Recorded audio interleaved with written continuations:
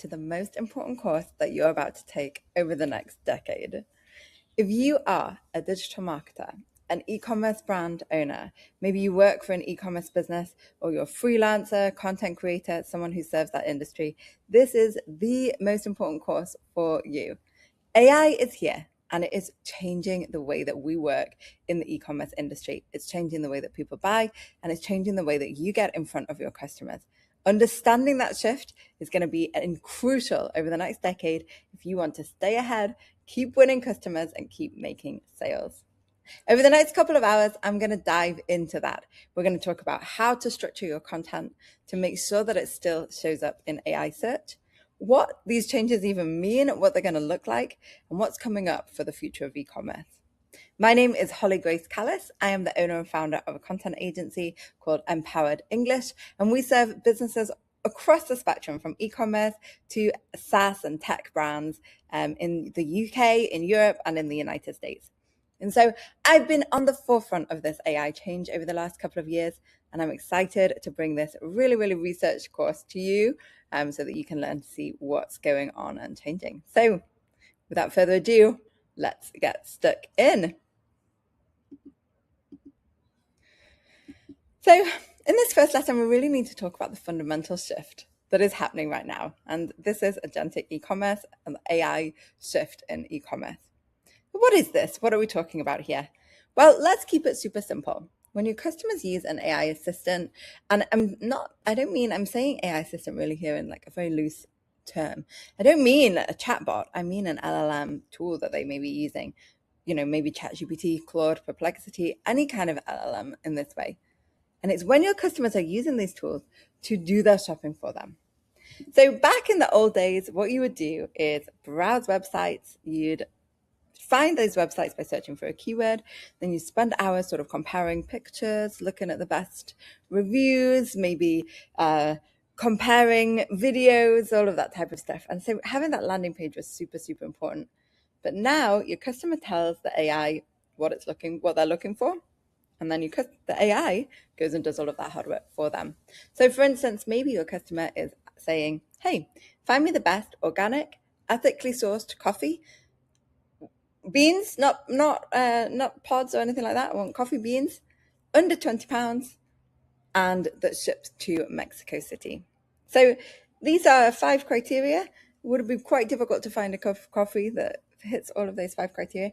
But now your LLM goes and does all of the work for you. It searches the internet, compares all of these different options, reviews, and even makes the purchase, all without visiting a single website. Now, as the time of me recording this course, it is March 2026.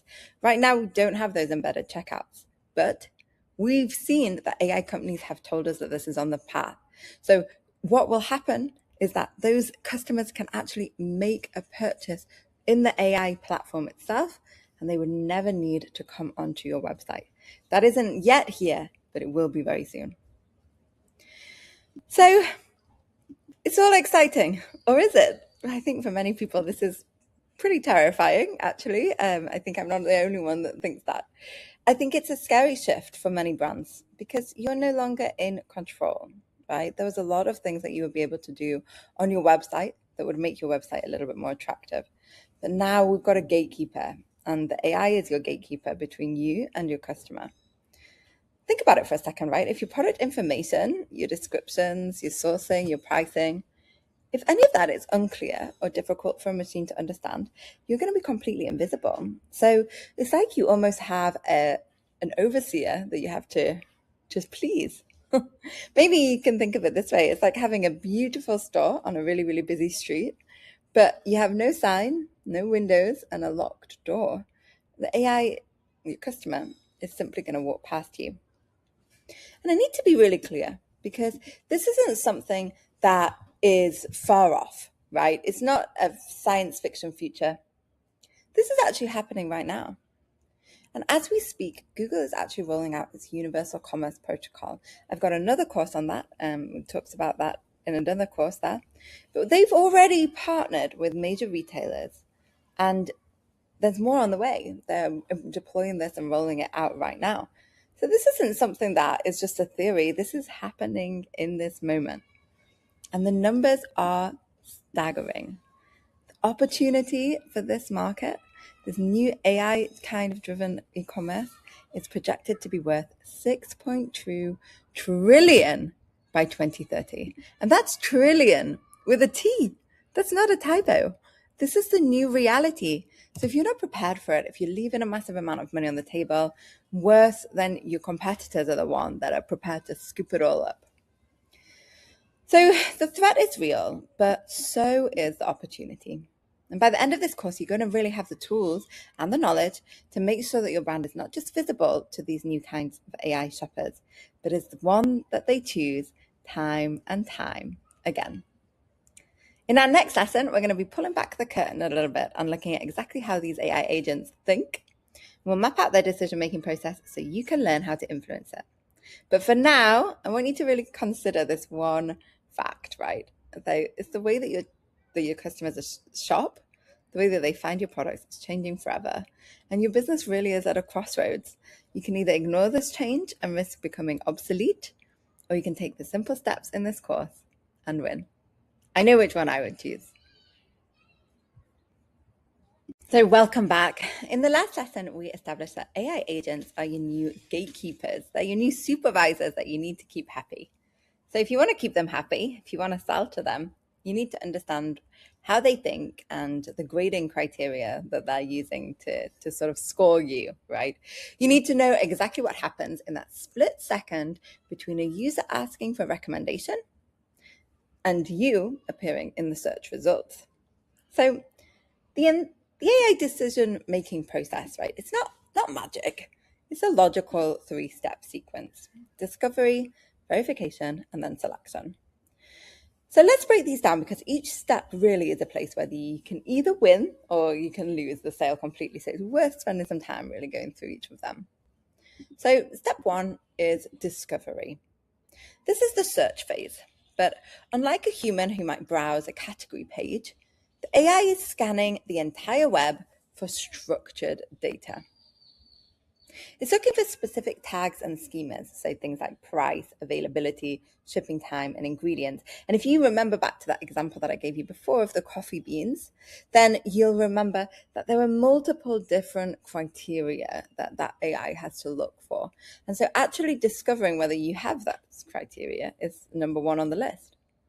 If your product page is just a wall of text, though, the AI can't see these details. Equally, if your product page is hidden in pictures that can't read and understand, you're invisible. Step 2 is verification. This is where the AI checks if you are trustworthy. Remember, AI doesn't really trust your marketing copy. It trusts reviews, other people, and third-party sources. It's looking for reviews on other sites. It's checking your return policy against industry standards. It's verifying your business address. It's making sure that everywhere that you are online, you have a homogeneous methodology, a homogeneous message that it's sharing with you. If you claim to have the best coffee with nothing supporting that or backing it up, then the AI is going to ignore you.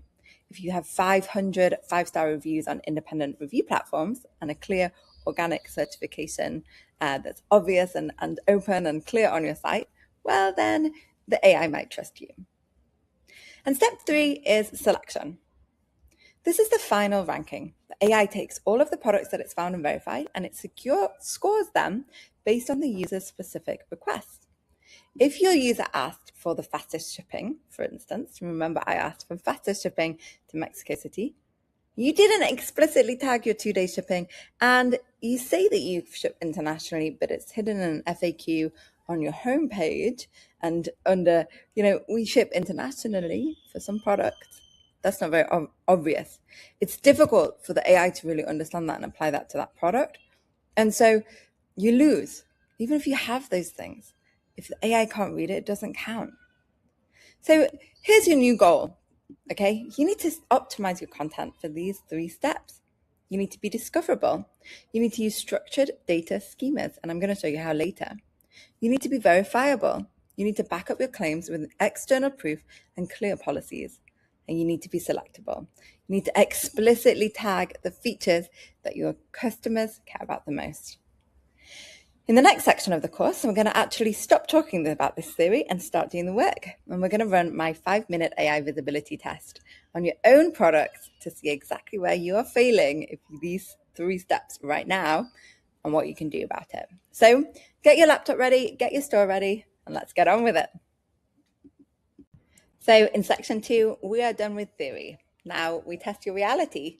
I want you to open a new browser tab right now. We're going to run a 5-minute AI visibility test on just one of your products. And we're going to use that information to see right now where your plan, where your store is currently situated and optimized for AI search. So we're actually going to use a free tool that simulates how an AI sees your page. It's called the Rich Results Test from Google. So go to this URL and I'm going to put it in. If you look in the next lesson, so in lesson 4, you'll be able to see that a couple of this data and the slides so that you can take a look right now. So go and configure that if you need and then come back. This tool is the gold standard because it shows you exactly which structured data tags are currently readable on your site. So in step 1, we're going to copy your top product URL, paste it into the search bar and then click test URL.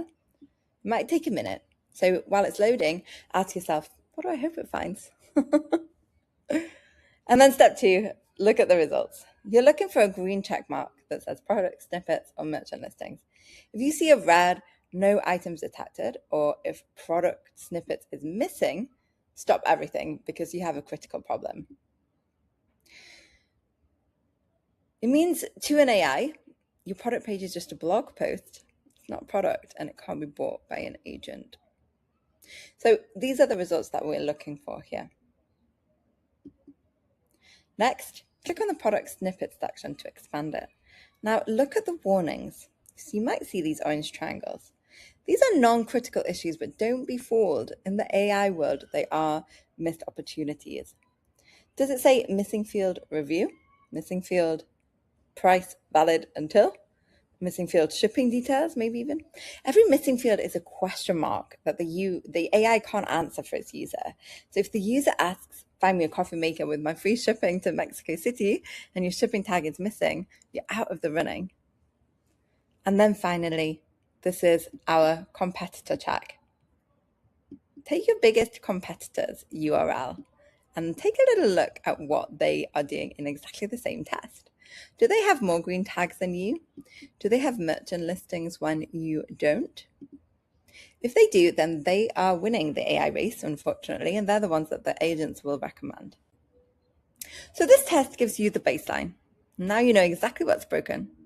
In the next lesson, we're going to fix it. We're going to do a product listing makeover to turn those red arrows into green lights. Save your test results, and I'll see you in the next video.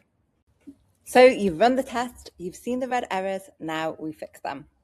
This lesson is your product listing makeover, where we're going to take a standard, boring product description and then translate it into the language of AI. And the language of AI is schema markup.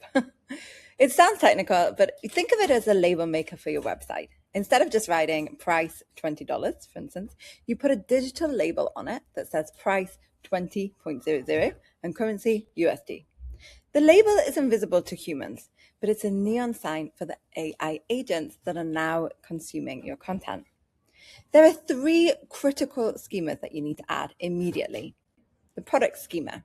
This tells the AI that this is an item for sale. It includes a name, description, image, and SKU. The offer schema. This tells the AI the deal, price, currency, availability, and price validity. And then the review schema. So this is what I often see is missing from businesses, to be honest. This is the trust signal, and it aggregates your star rating and review count so that the AI can verify your quality. How do you add these in then? Well, the good news for me, at least, is that you don't have to be a coder. If you're on Shopify, WooCommerce, or Magento, there are plugins that do it automatically for you. So go to your platform's app store and then search for JSON LD schema and then install a highly rated plugin. If you have a custom site, use a free schema markup generator tool online and it will write the code for you and then you just paste it into your page header. But here's the secret sauce, right? The merchant listing schema. This is a newer, more specific type of schema that Google is loving. And it includes details like shipping details, return policy category, and has merchant return policy. Most basic plugins actually miss this, and so you need to check your plugin settings or add custom fields to ensure that these are included. Let's look at a before and an after here. So before, you might have a product page. Looks beautiful, I'm sure, right? But it's got a paragraph of text. The AI sees text, image, text. It guesses the price, it guesses the stock status, it guesses the delivery times, maybe based on other things that you have on your site, but maybe not. After, though, the page with the full structured schema markup, the AI sees product, leather boots, price, $150, stock, in stock, ships, free, 2-day, returns, 30-day, free, rating, 4.8 stars. All of this additional information, right? That's exciting for the AI because it's able to understand and then categorize your product accordingly. If you're looking at these things, which one do you think that the AI agent would recommend to a user asking for, great leather boots with free returns? It's pretty easy, hey? So you've got some homework. Install a schema plugin or user generator, and then get those screen checks on your rich results text. In the next section, we're going to move from structure to persuasion, and we're going to write copy that convinces the AI to choose you. See you there. So in the last section, we got pretty technical. Well done for getting through that. We made sure that the AI could see you. But now we need to make sure that the AI actually trusts you. Because here is the uncomfortable truth, I guess. AI agents are much like humans. They're quite risk averse. They don't want to recommend a bad product to their human user. And if you think about it, that makes complete sense, right? If you're using that product in itself wants to offer you a good experience. And the LLM is a product, so it wants to make sure that its customers have a great experience. If it was to, offer a wrong product or make a mistake, the user would stop using that LLM, and therefore they would lose themselves as a customer, right? So they're programmed to give the safe option, and they look for proof above everything. In this lesson, I'm going to sort of show you how we can make AI trust us and give you a swipe file of words and phrases that act as a trust signal to AI. And these are the specific keywords, in my opinion, that trigger an AI's internal safe to recommend flag. So here we go. Let's get stuck in. These are the three areas, the three pillars of the content that I want us to focus on when we're writing for AI. First of all, specificity. I'm sorry, that's an easy word for me to read like in my head than to say or to write, but specificity. It means that you're not using, and I hate this word, it sounds quite AI generated, but fluff. You're not using this fluff. You're not using filler or adding vague claims, general adjectives. You're actually using data. Authority means that you have third-party backing. Consensus means that other humans agree that you are good. So if your product description is full of vague adjectives like amazing, high quality, stunning, it's going to ignore that stuff. That's marketing fluff. It's got zero informational value. But if you will use these words that I'm going to show you, or like similar words to this, depending on what your product is, then these are the things that the AI kind of pays attention to. So for example, let's take a look here. Specificity. We've got two lists, the fluff, the data.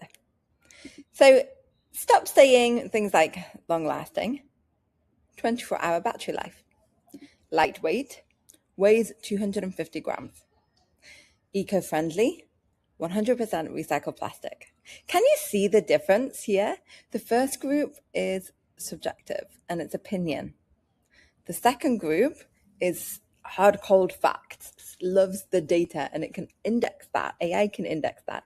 And it can compare those things. If you're saying your product is long, has a long battery life versus your competitor's product who also says a long battery life of 5 hours, well, actually, that one, presumably, would be the better the more recommended version, because 5 hours of long battery life, that backs something up. But in actual fact, if your product has a 24-hour long battery life, of course your product is objectively better, but you don't say it.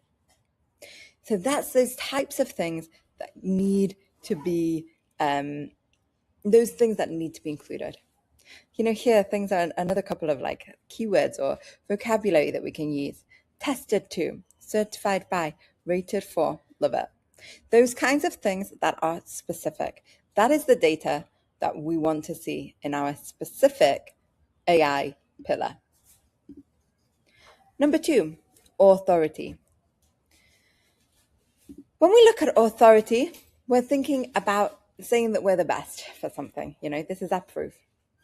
But how do we know that you're the best? What's the evidence that we have for that, right? So, visual. Something like, our coffee is the best. Good. Sourced from fair trade, certified farms in Ethiopia. Icons, all of these certifications, all of these things. Who else is saying that you're good, basically? All of these ideas that you need. So your swipe file includes things like winner of, sourced from, approved by, and all of these great things that you want to offer. And then finally, we have our consensus. Customers love us. Oh yeah? Do they? Are you sure? What about your actual reviews? And AI agents, they crawl reviews and they look for patterns, but you can summarize that consensus in your own copy to give them a head start. So if you've got a bestseller, how many have you sold, an average rating, preferred by this person. So for example, that could be like preferred by a professional barista. I love that. Preferred by DJ. All of these things are the other people that support or verify the product that you're trying to sell. So our swipe file, bestseller, over X amount sold, preferred by. Use this terminology in your product description for every single product. You could have one coffee bean preferred by baristas, another coffee bean preferred by hardworking mums, another coffee bean preferred by high-end restaurants. All of these things, right? We could for every single product, it doesn't have to be, this is our best. For each of these products that we offer, we can give these additional sources of verification to really prove to the AI, you could trust us. We have the stats and the credibility to back that up. And remember, if you can't prove it, the AI cannot use it. So this is where we come to our fluff filter.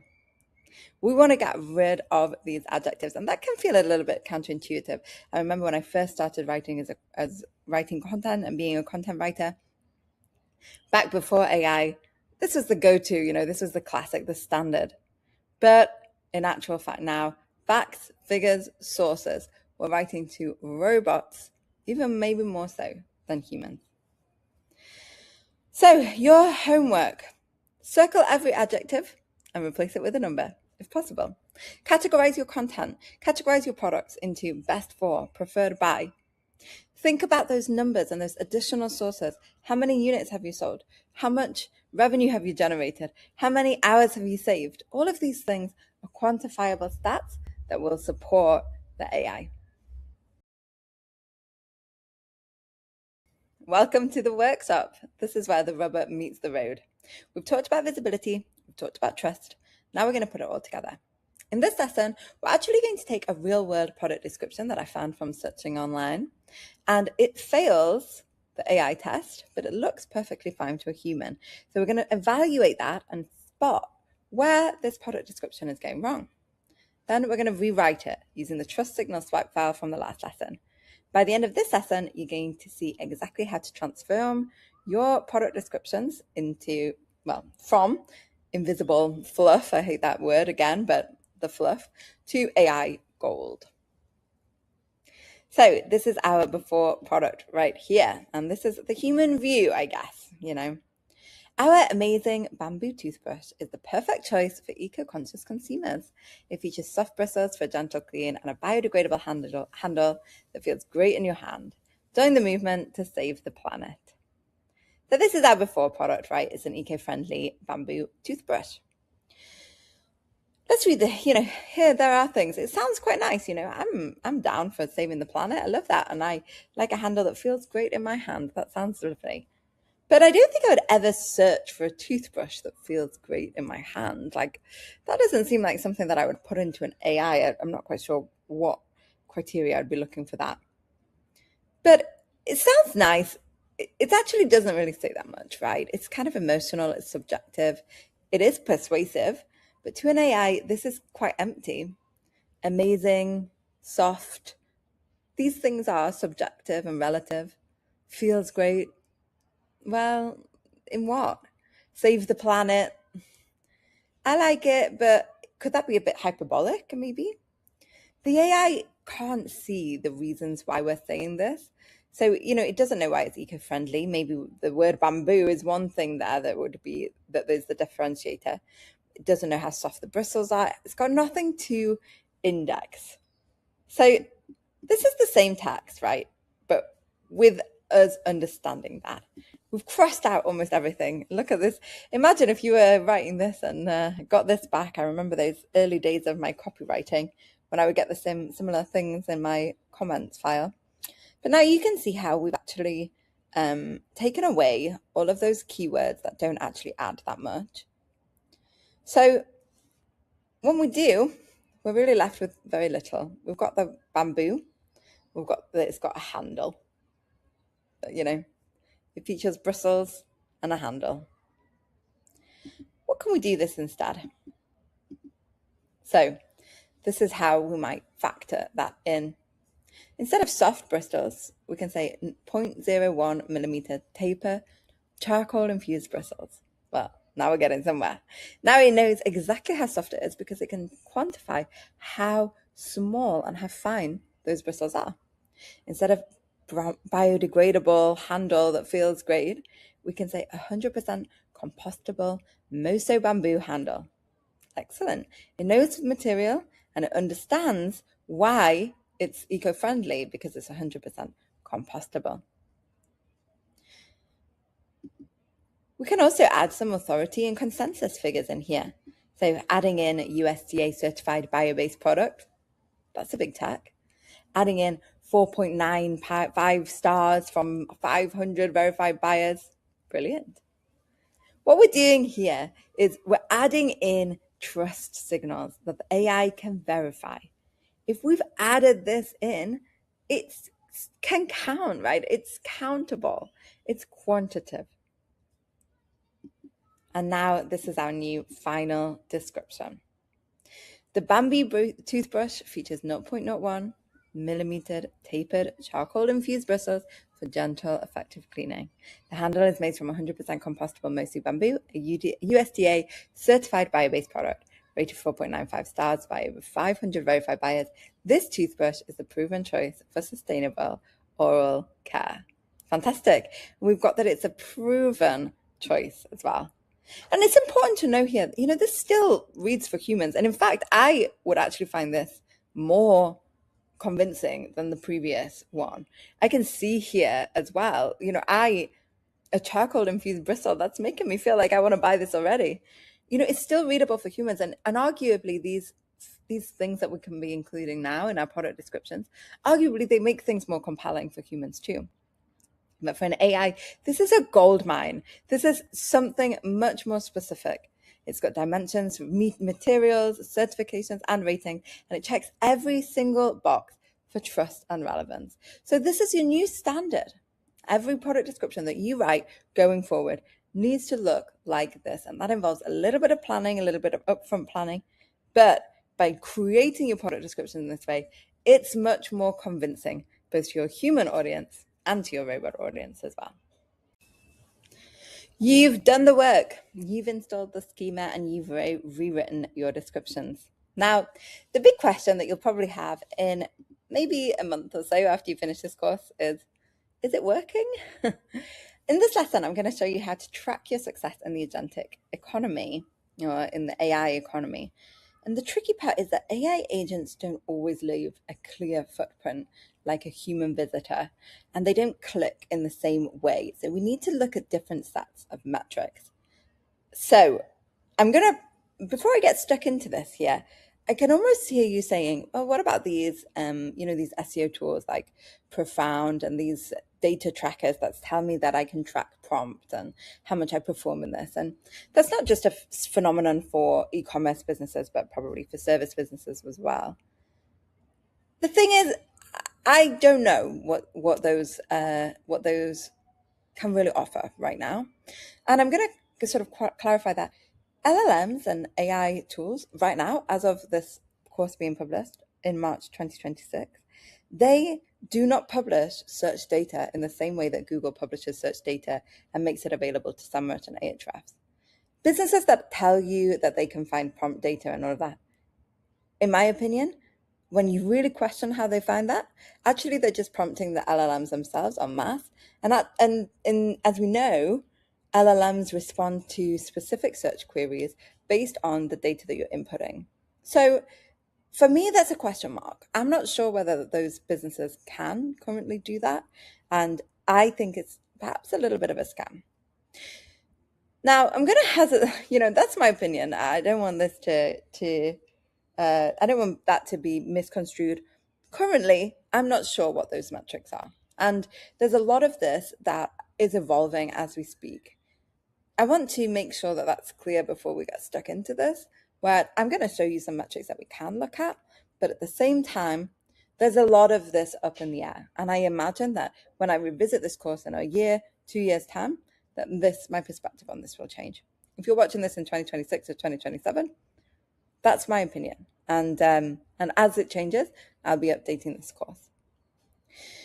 But here we go. Let's get stuck in here. The tricky part really is that AI agents don't leave a clear footprint like a human visitor. And they don't really click in the same way or interact. So we need to look at a different set of metrics here.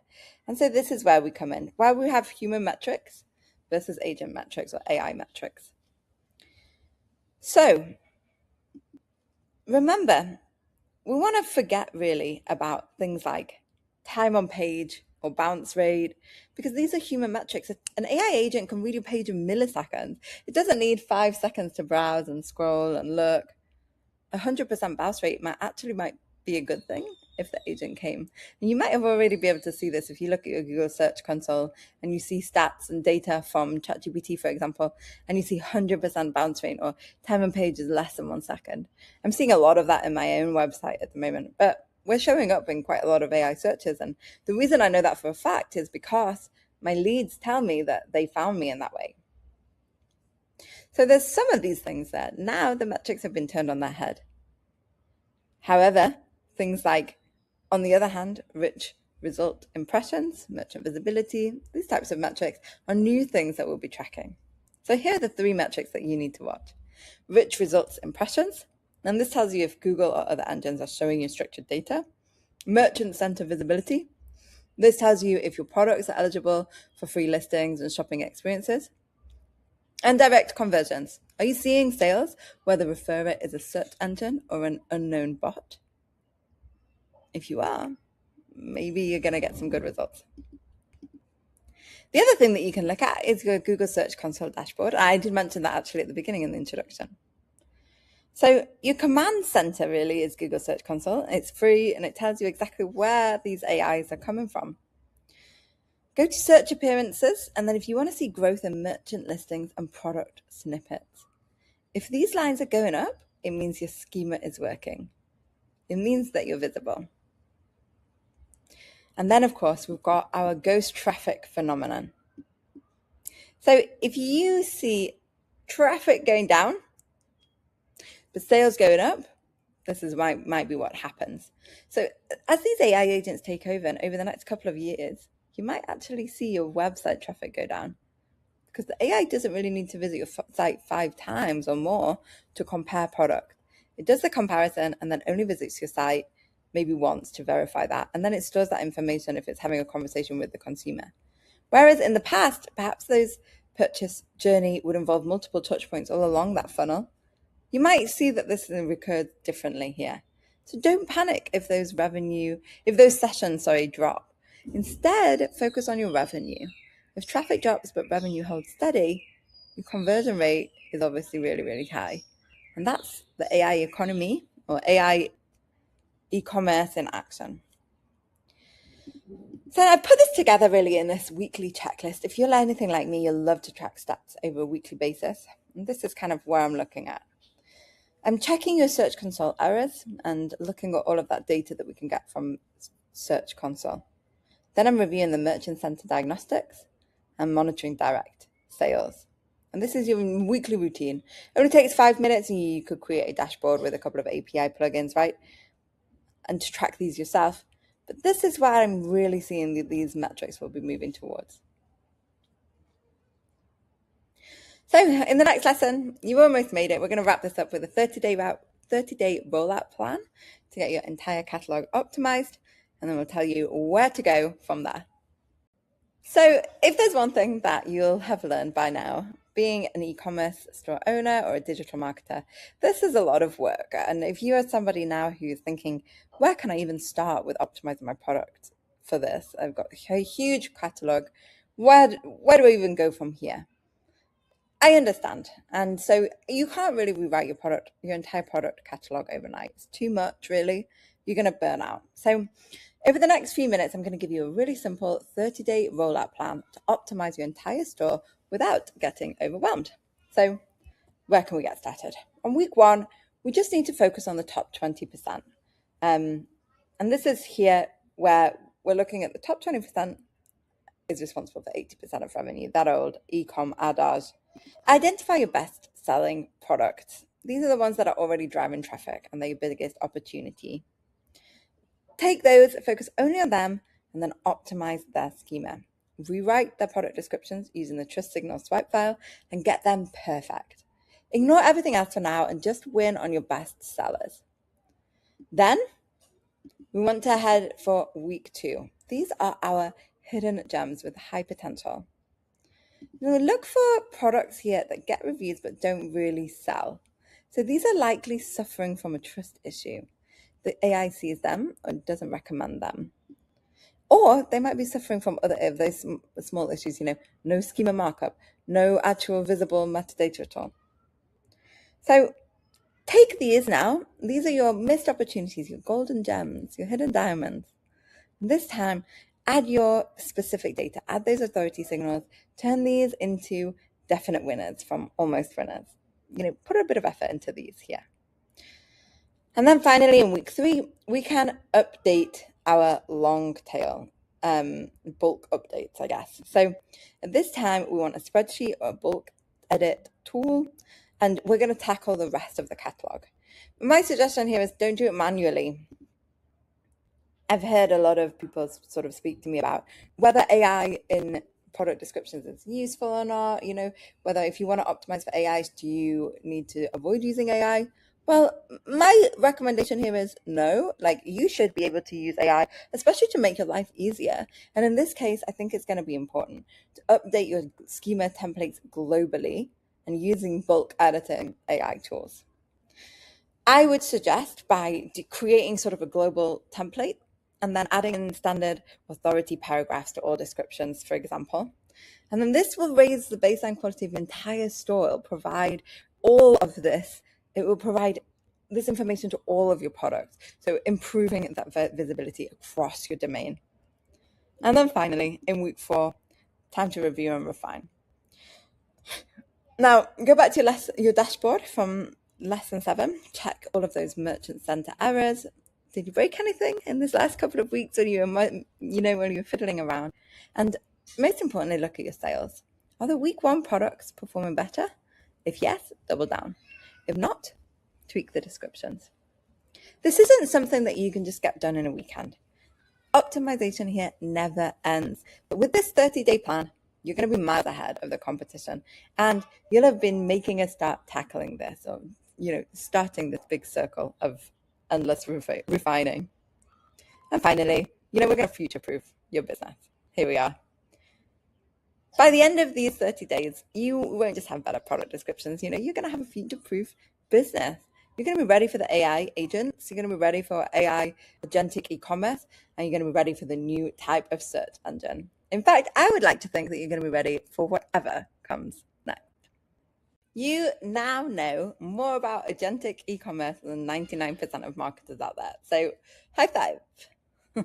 Most people are scared of AI, right? They think it's going to steal their jobs. They think it's going to ruin their businesses. And I can understand that. I think any kind of like big disruptive technology like this is bound to raise a few eyebrows and raise a few questions. And undeniably, people are out there losing their jobs and being concerned about the significance of AI.